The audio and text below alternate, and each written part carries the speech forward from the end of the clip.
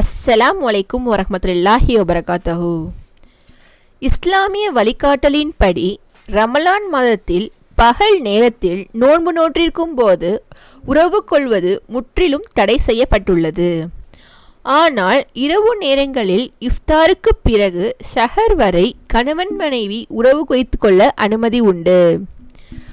ஒரு மனிதர் முஹம்மது நபி ஸல்லல்லாஹு அலைஹி வஸல்லம் அவர்களிடம் வந்து, அல்லாஹ்வின் தூதரே, நான் அழிந்து விட்டேன் என்றார். அதற்கு நபி ஸல்லல்லாஹு அலைஹி வஸல்லம் அவர்கள், உமக்கு என்ன நேர்ந்தது என்று கேட்டார்கள். அவர், நான் நோன்பு நோற்ற நிலையில் என் மனைவியுடன் கூடிவிட்டேன் என்றார். அதற்கு நபி ஸல்லல்லாஹு அலைஹி வஸல்லம் அவர்கள் அவருக்கு பின்வரும் பரிகாரங்களை கூறினார்கள். ஒரு அடிமையை விடுதலை செய்ய வேண்டும், அல்லது தொடர்ச்சியாக 60 நாட்கள் நோன்பு வைக்க வேண்டும் என்றார், அல்லது 60 ஏழைகளுக்கு உணவு கொடுக்க வேண்டும் என்றார்கள். ஆதாரம் புகாரி, முஸ்லிம். ரமலான் பகல் நேரத்தில் கொள்வது பெரும் பாவமாகும்.